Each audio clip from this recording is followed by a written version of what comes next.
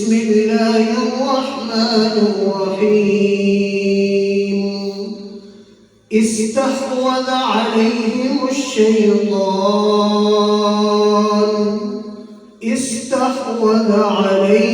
الشيطان فأنساهم ذكر الله أولئك حزب الشيطان ألا إن حزب الشيطان هم الخاسرون.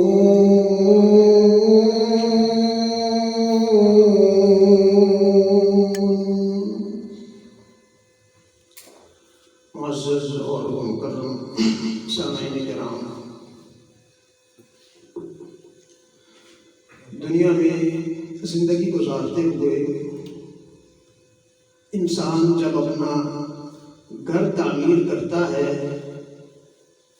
تو اس گھر کو بڑا مضبوط اور محفوظ بنانے کی کوشش کرتا ہے، دیواریں اونچی بناتا ہے، دروازے مستحکم لگاتا ہے، اور اگر ہوا کے لیے، روشنی کے لیے بھی چھت کے اندر یا دیوار کے اندر کوئی جگہ خالی چھوڑتا ہے تو اس کو بھی آہنی سلاخوں کے ساتھ کور کرتا ہے، اور اگر پھر بھی تسلی نہ ہو تو پھر انسان دروازے کے اوپر ایک دربان اور ایک محافظ کو مقرر کرتا ہے۔ اس ساری تگ و دو کا مقصد یہ ہوتا ہے کہ میرا گھر محفوظ ہو جائے، اس گھر میں میں، میرے اہل خانہ، میرا مال، میری آل محفوظ ہو، اور کوئی مخالف، کوئی میرا دشمن، کوئی حریف، کوئی عدو، کوئی ڈاکو، کوئی چور، کوئی لٹیرا، کوئی اچکا میرے گھر میں گھس نہ سکے۔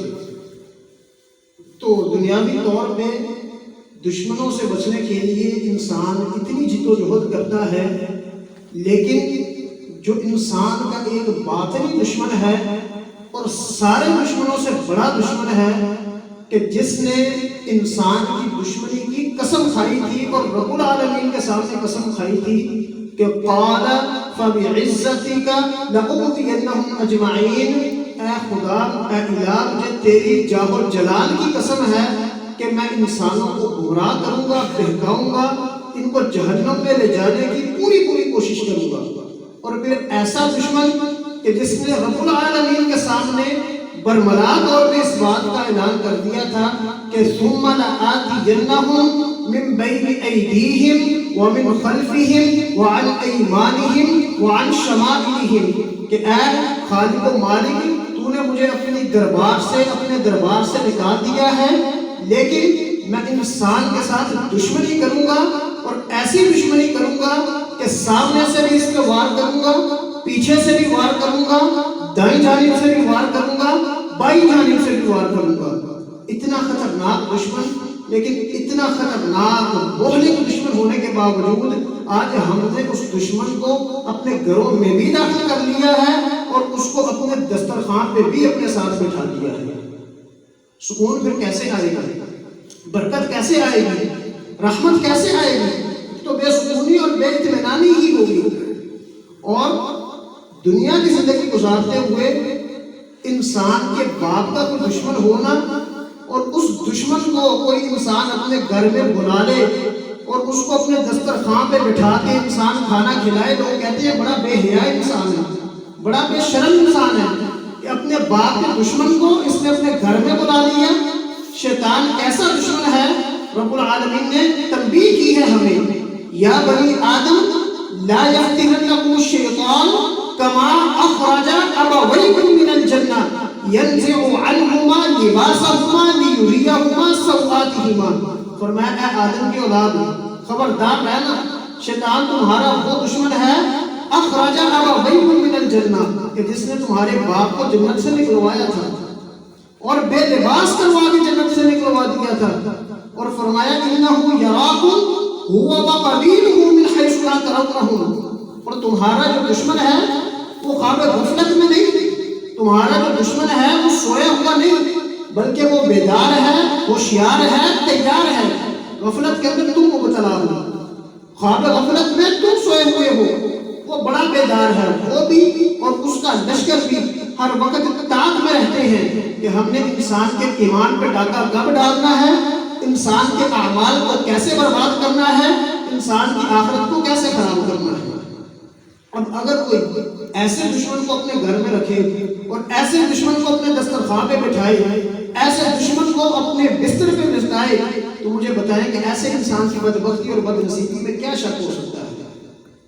شریعت اسلامیہ نے جہاں ہمیں ایسے امور بتائے ہیں کہ جن امور کو کر کے انسان شیطان سے بچ سکتا ہے، وہی پہ شریعت اسلامیہ نے ایسے اعمال کی طرف بھی ہماری نشاندہی کی ہے کہ جس گھر میں وہ اعمال سر انجام دیے جائیں اور جس گھر میں وہ کام کیے جائیں، وہ گھر شیطان کا مسکن ہوا کرتا ہے۔ اگر ہم شیطان سے اپنے گھر کی حفاظت چاہتے ہیں، اپنی آل اولاد کی حفاظت چاہتے ہیں، تو پھر ان تمام اعمال سے ہمیں اجتناب کرنا پڑے گا۔ اگر ان میں سے کوئی ایک عمل بھی ہمارے گھر میں ہو رہا ہے اور اس عمل کو ہمارے گھر میں سر انجام دیا جا رہا ہے، تو پھر یہ سمجھ لیں کہ شیطان نے ہمارے گھر کو اپنا مسکن بنا دیا ہے۔ وہاں پہ سکون نہیں آ سکتا، اطمینان نہیں آ سکتا، راحت نہیں آ سکتی۔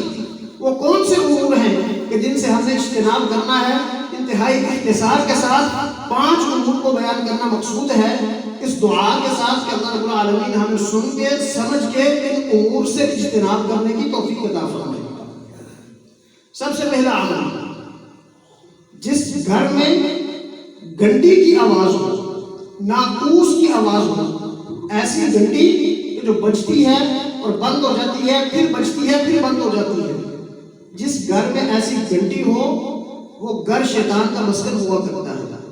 نبی مکرم جناب محمد رسول اللہ صلی اللہ علیہ وسلم نے فرمایا، الجرس مزامیر الشیطان، فرمایا کہ یہ گھنٹا، یہ ناقوس، یہ شیطان کا باجا ہے، شیطان کی بانسری ہے، اس کی آواز میں شیطان بولتا ہے۔ اور پھر دوسرے مقام پہ دوسری حدیث میں نبی صلی اللہ علیہ وسلم نے فرمایا، لا تصحب الملائکۃ رفقۃ فیہا جرس، فرمایا ایسے لوگوں کے ساتھ اللہ کے رحمت کے فرشتے نہیں رہتے کہ جن لوگوں کے پاس گھنٹی ہو، یا جس انسان نے جانور کے گلے میں گھنٹی باندھی ہو، یا جس گھر میں اس گھنٹی کی آواز ہو، فرمایا وہاں پر رب کی رحمت کے فرشتے نہیں آتے۔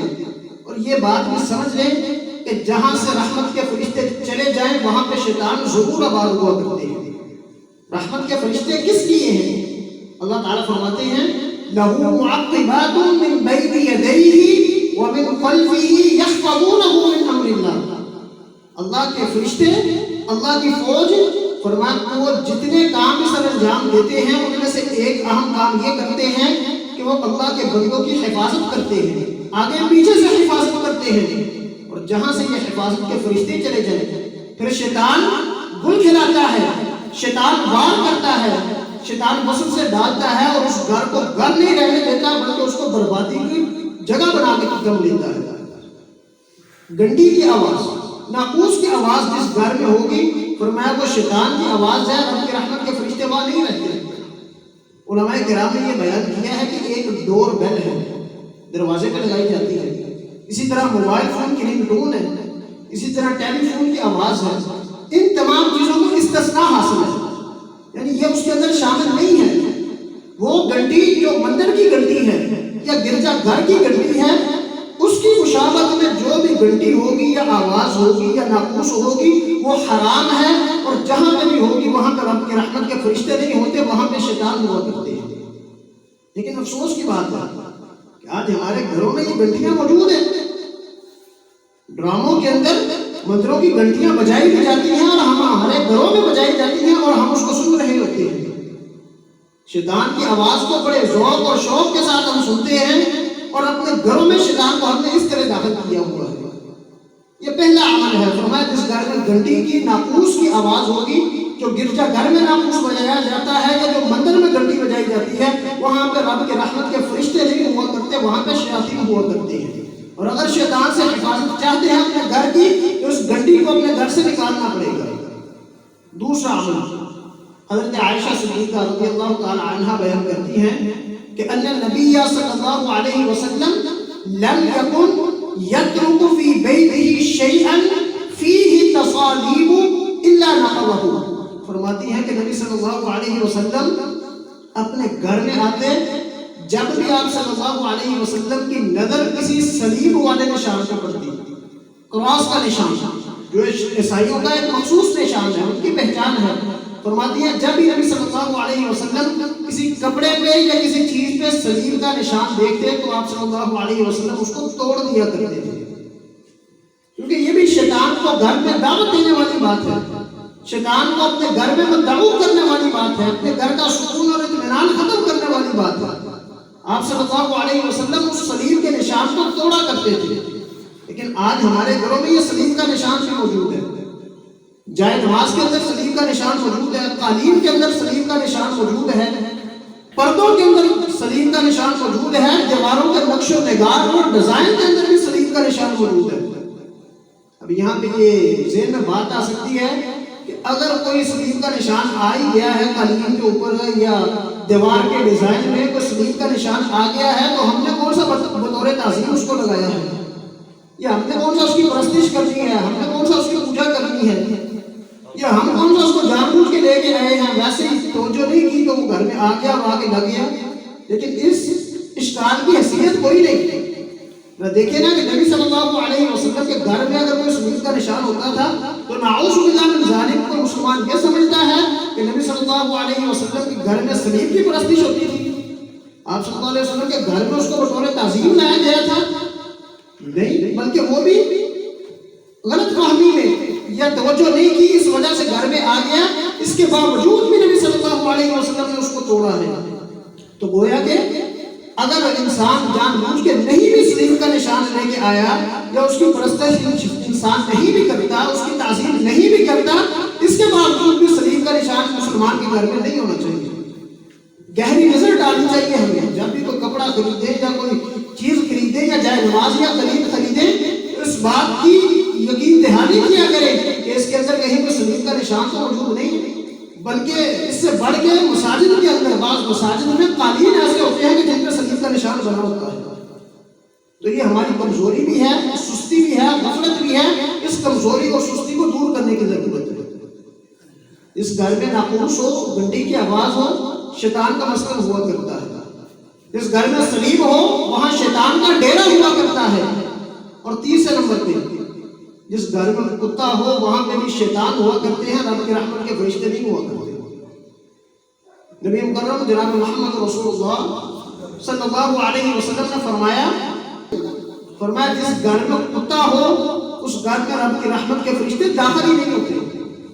رحمت کے فرشتے داخل نہیں ہوتے. مراد کیا ہے؟ وہاں پہ شیطان ہوتے ہیں.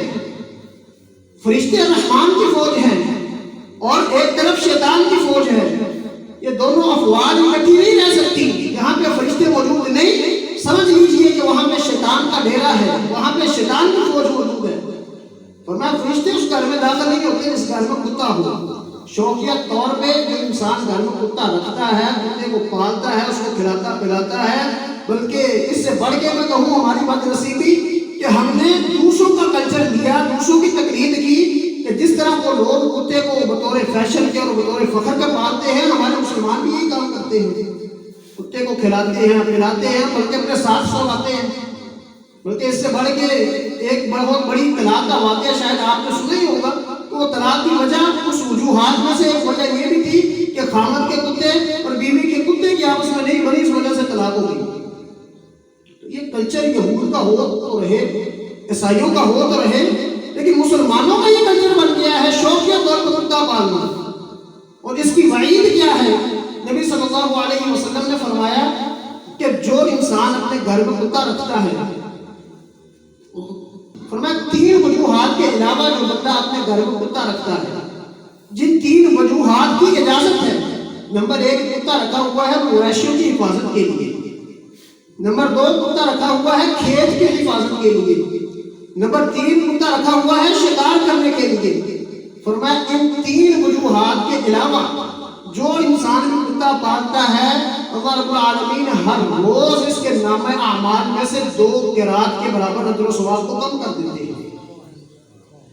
2 قرات اجر و ثواب. اور قرات جو ہے مفسرین کرام نے اس کی تفسیر میں لکھا ہے کہ یہ ایک ایسا پیمانہ ہے جو صرف اللہ رب العالمین کو معلوم ہے. وہ ایک حدیث میں ہے، وہ ایک علیحدہ حدیث ہے جس میں نبی صلی اللہ علیہ وسلم نے فرمایا کہ ایک قرات احد پہاڑ کے برابر ہے. اب دیکھیں کہ احد پہاڑ کے برابر بھی ہو تو 2 قرات کتنا بن جائے گا؟ کیا ہمارے پلے اتنی نیکیاں ہیں؟ کیا ہمارے پلے اتنے اعمال صالحہ ہیں؟ فرمایا ان 3 وجوہات کے علاوہ جو انسان کتا پالتا ہے روزانہ اس کے نامہ اعمال میں سے 2 قرات اجر و ثواب کو کم کر دیا جاتا ہے. گناہ کا بوجھ اس کے اوپر آتا جاتا ہے. 3 مقاصد کے لیے کتا رکھا جا سکتا ہے اور وہ بھی سیاہ کتا نہیں ہونا چاہیے. نبی صلی اللہ علیہ وسلم نے فرمایا الکلب الاسود شیطان. فرمایا سیاہ کتا شیطان ہوتا ہے. نبی صلی اللہ علیہ وسلم کا فرمان ہے. اور اس کے ساتھ ساتھ آپ صلی اللہ علیہ وسلم نے فرمایا لا تقتلوا الا اسود البہیر. جو سیاہ کتا ہو اس کو قتل کر دیا جائے، اس کو مار دیا جائے. آپ صلی اللہ علیہ وسلم کا ایک اور فرمان ہے کہ رسول اللہ صلی اللہ علیہ وسلم امر بقتل الکلاب. ایسا کتا کہ جو انسان کا نقصان کرتا ہے، اس کو پاگل کتا کہا جاتا ہے، جو انسان کو کاٹنے کے لیے دوڑتا ہے. آپ صلی اللہ علیہ وسلم نے حکم دیا کہ ایسے کتے کو بھی قتل کر دیا جائے، اس کو بھی مار دیا جائے. یعنی یہ ایک ایسا جانور ہے کہ جس کی نبی صلی اللہ علیہ وسلم نے رکھنے کی اجازت تو درکنار ہے، اس کو پسند بھی نہیں فرمایا، لیکن شوقیہ طور پہ کتے رکھنے کا رواج ہے اور بڑا عام رواج ہے. شیطان ہوتا ہے اس گھر کے اندر، رب کی رحمت کے فرشتے نہیں آتے وہاں پہ. صرف اجازت ہے جن 3 مواقعوں پہ وہ انسان رکھ سکتا ہے، اس کے علاوہ اس کی ہر کسی اجازت نہیں ہے. چوتھے نمبر پہ اگر انسان اپنے گھر کی حفاظت کرنا چاہتا ہے شیطان سے، اپنے گھر کی حفاظت کرنا چاہتا ہے اپنے سب سے بڑے دشمن سے، یہ جو دشمن نظر نہیں آتا لیکن اس کی دشمنی بڑے واضح ہے، اس کے وار بہت واضح ہیں لیکن خود نظر نہیں آتا. پتہ نہیں کس وقت وار کرے گا اور کیسا وار کرے گا، اس کے وار کی نیت کا بھی ہمیں نہیں پتا کس طرح داد آئے گا ہمارے ساتھ. چوتھے نمبر پہ اگر کوئی انسان چاہتا ہے کہ میرے گھر میں شیطان کا مسکن نہ ہو، میرے گھر میں شیطان کا ڈیرا نہ ہو، تو اس کو چاہیے کہ وہ اپنے گھر کو تصویروں سے، مورتیوں سے اور مجسموں سے پاک کر لے. نبی صلی اللہ علیہ وسلم نے فرمایا جس گھر میں تصاویر ہوتی ہیں اور مورتیاں اور مجسمے ہوتے ہیں وہاں پہ بھی رب کی رحمت کے فرشتے نہیں آتے. وہ گھر بھی شیطان کا مسکن ہوا کرتا ہے، اس گھر میں بھی شیطان کا ڈیرا ہوا کرتا ہے. جس گھر میں مورتی ہو، تصاویر ہو، جس گھر کے اندر مجسمے ہو. حضرت عائشہ صدیقہ رضی اللہ تعالی عنہ وہ بیان کرتی ہیں کہ میں نے ایک گدا خریدا کہ نبی صلی اللہ علیہ وسلم اس پہ آرام کیا کریں گے اور اس کے ساتھ تیل لگایا کریں گے. فرماتی ہے میں نے خرید کے گھر میں رکھ لیا. آپ صلی اللہ علیہ وسلم سفر پہ گئے ہوئے تھے، واپس آئے تو آپ صلی اللہ علیہ وسلم نے باہر سے اس گدے کو دیکھا تو اس کے اوپر ایک تصویر بنی ہوئی تھی، ایک مجسمہ بنا ہوا تھا. آپ صلی اللہ علیہ وسلم باہر ہی رک گئے، گھر کے اندر داخل نہیں ہوئے، اور آپ صلی اللہ علیہ وسلم کے چہرے مبارک پہ غصے کے آثار آئے. حضرت عائشہ صدیقہ رضی اللہ تعالیٰ عنہ فرماتی ہیں کہ میرے دل میں خوف محسوس ہوا کہ آپ اس قدر غصے میں آئے، اس قدر شدید غصہ آپ کے چہرے مبارک پہ نظر آ رہا تھا. فرماتی ہے میں نے فوراً کہا یا رسول اللہ اتوب الی اللہ و الی رسولہ ماذا اصنع. اللہ کے پیغمبر صلی اللہ علیہ وسلم میں اللہ کے رسول کے سامنے اللہ تعالیٰ سے ابھی توبہ کرتی ہوں، مجھے یہ تو بتائیے کہ میرا گناہ کیا ہے، مجھ سے کون سا جرم سرزد ہوا ہے، میں نے کون سا گناہ کا کام کر دیا. تو آپ صلی اللہ علیہ وسلم نے فرمایا اے عائشہ ان اصحاب هذه الصور يعذبون يوم القيامة ويقال لهم احيوا ما خلقتم. فرمایا نبی صلی اللہ علیہ وسلم نے فرمایا کہ اے عائشہ قیامت کے دن اللہ رب العالمین ان تصاویر بنانے والوں کو عذاب سے دوچار کرے گا، ان کو عذاب دیا جائے گا اور ان سے کہا جائے گا احیوا ما خلقتم، کہ جو جانداروں کی تم نے تصاویر بنائی ہیں ان کے اندر جان بھی بھرو، ان کے اندر سانس کی جو ایک اللہ تعالیٰ نے نظام بنایا ہے زندگی کا، حیات کا. اللہ تعالیٰ فرمائیں گے کہ ان کے اندر وہ زندگی کی رمق بھی پیدا کرو. وہ رمق پیدا نہیں کر سکیں گے، اللہ رب العالمین قیامت کے دن ان کو عذاب سے دوچار کرے گا. مجسمے، تصاویر، صورتیں جس گھر میں ہوتی ہیں شیطان نہیں آتا. جانداروں کی تصاویر، ہاں کوئی درخت کی تصویر ہے یا کوئی ویسے پینٹنگ ہے کہ جس میں کوئی جاندار کی تصویر نہیں، وہ مستثنا ہے، اس کی اجازت ہے. لیکن جاندار کی تصویر جس گھر میں ہوگی یا مورتی ہوگی یا مجسمہ ہوگا وہاں پہ رحمت کے فرشتے نہیں ہوں گے، وہ گھر بھی شیطان کا مسکن ہوگا۔ ہمارے گھروں میں کثرت ہے، بعض لوگوں نے شوقیہ طور پہ بچوں کی تصاویر فریم کروا کے لگائی ہوتی ہے، بعض لوگوں نے اپنے بزرگوں کی تصاویر فریم کروا کے لگائی ہوتی ہے، اور اس سے بڑھ کے بد نصیبی کی بات کہ بعض لوگوں نے اپنے جناب بزرگوں کی بطور تعظیم کے تصاویر فریم کروا کے لگائی ہوتی ہیں اپنے گھروں میں۔ رحمت کے فرشتے تو نہیں آتے، شیطان آتے ہیں، شیاطین کا مسکن بنتا ہے، شیاطین کا ڈیرا بنتا ہے، وہاں پہ سکون نہیں آتا، چین نہیں آتا، راحت نہیں آتی، وہاں پہ صرف شیطان آتا ہے، اور شیطان آتا ہے تو ساتھ ہی بگاڑ آتا ہے، ساتھ ہی فساد آتا ہے، ساتھ ہی تفرقہ آتا ہے، سکون ختم ہوتا ہے، اطمینان ختم ہوتا ہے، چین ختم ہو جاتا ہے انسان سے۔ یہ وہ امور ہیں کہ جو ہماری غفلت اور سستی کی وجہ سے ہم نے ان کو اپنایا ہوا ہے۔ جہاں پہ دین اسلام نے یہ رہنمائی کی ہے نا کہ انسان نفل نماز گھر میں پڑھے شیطان بھاگتا ہے، سورۃ البقرہ کی تلاوت گھر میں کرے شیطان بھاگتا ہے، اور گھر میں آتے جاتے وقت کھانا کھاتے ہوئے انسان اللہ کا ذکر کرے شیطان بھاگتا ہے۔ وہاں پر نبی صلی اللہ علیہ وسلم نے ان امور کی بھی نشاندہی کی ہے کہ یہ چیز انسان کے گھر میں ہوگی شیطان آئے گا، یہ کام انسان کے گھر میں ہوگا شیطان آئے گا، اور شیطان آئے گا سکون ختم کر دے گا۔ 5 نمبر پہ نبی صلی اللہ علیہ وسلم کا فرمان ہے کہ جس گھر میں موسیقی ہو، میوزک ہو، اس گھر میں بھی شیطان کا ڈیرا ہوا کرتا ہے، کیونکہ قرآن پاک میں اس بات کو اللہ تعالیٰ نے واضح کر دیا کہ وَاسْتَفْزِزْ مَنِ اسْتَطَعْتَ مِنْهُمْ بِصَوْتِكَ۔ جب شیطان نے رب العالمین سے کہا تھا نا کہ میں تیرے بندوں کو گمراہ کروں گا، ان کو جہنم کا راہی بناؤں گا، ان کو دوزخ کے راستے پہ گامزن کروں گا، تو رب العالمین نے فرمایا تھا کہ جتنا تجھ سے زور لگتا ہے نا لگا لے، ان کو اپنی آوازوں کے ساتھ بہکا لے۔ شیطان کو کہا کہ اپنی آواز کے ساتھ ان کو گمراہ کر لے۔ اب شیطان کی آواز کون سی ہے؟ بِصَوْتِكَ أَيْ بِاللَّهْوِ وَالْغِنَاءِ۔ شیطان کی آواز یہ ہے، نمبر 1 بیہودہ کلام، اور نمبر 2 موسیقی، گانا بجانا، یہ شیطان کی آواز ہے۔ اور جس گھر سے شیطان کی آواز آئے اور قرآن کی آواز نہ آئے، رحمت تو نہیں آئے گی، برکت تو نہیں آئے گی۔ نبی صلی اللہ علیہ وسلم نے فرمایا صوتان ملعونان فی الدنیا والآخرہ، فرمایا 2 آوازیں ہیں جن پر رب العالمین کی طرف سے دنیا میں بھی لعنت ہے اور آخرت میں بھی لعنت ہے۔ ان میں سے پہلی آواز کون سی ہے؟ فرمایا مزمار عند نعمت وغنت عند مصیبت۔ فرمایا 2 آوازوں میں سے پہلی آواز، وہ خوشی کا موقع ہو تو اس گھر سے ساز کی آواز آئے، میوزک کی آواز آئے، گانے بجانے کی آواز آئے، ایسی آواز تو دنیا میں بھی لعنت ہے، قیامت والے دن بھی لعنت ہے۔ اور دوسری آواز فرمایا جہاں پہ مصیبت ہو اور اس گھر سے وبیلے کی آواز آئے، ماتم کی آواز آئے، اس آواز میں بھی دنیا اور آخرت میں لعنت ہے۔ خوشی کے موقع پہ ساز کی آواز، میوزک کی آواز، موسیقی کی آواز، فرمایا دنیا اور آخرت میں لعنت کا باعث ہے یہ کام۔ اور جو بندہ یہ کام کرے وہاں پہ فرشتے آئیں گے یا شیطان آئے گا؟ ظاہری بات ہے وہاں پہ رحمت کے فرشتے نہیں، شیطان ہی ہوگا۔